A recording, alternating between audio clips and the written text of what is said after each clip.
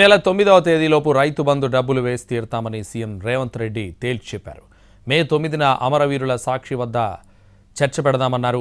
మే 9 వరకు అమలు చేయకపోతే అమరవీరుల స్తూపం వద్ద తాను ముక్కు నేలకు రాస్తానని రేవంత్ అన్నారు.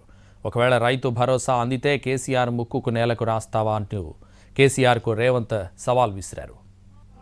రైతు బంధు పథకం వేస్తలేరని ఓ సన్నాసోడా సోయలేనోడా చవట దద్దమ్మ దిక్కుమాలనోడా దివానగా నువ్వు దిగిపోయినాడు మా బట్టి విక్రమార్క గారి చేతిలో 7 లక్షల కోట్ల రూపాయల అప్పుతోని దివాలా తీసిన సంసారం మొత్తం దివాలా తీసి నెత్తి మీద 7 లక్షల అప్పు పెట్టినావు.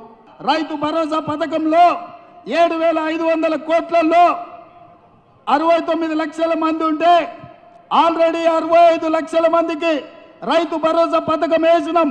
మిగతా 4 లక్షలకు ఈ నెల 8 తారీఖు లోపల ప్రతి చివరి రైతు వరకు ఆఖరి వరకు ఉన్న వాళ్ళకు అందరికీ రైతు భరోసా పథకాన్ని మిగిలిన బకాయిలను చెల్లించే బాధ్యత మాది.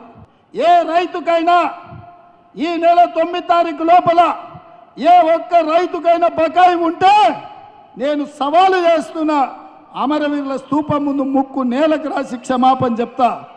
ఒకవేళ అందరు రైతులకు రైతు భరోసా పథకంలో నిధులు వస్తే నీ ముక్కు నేలకు రాసి క్షమాపణ చెప్తావు ఆ చంద్రశేఖర్ రావు అని.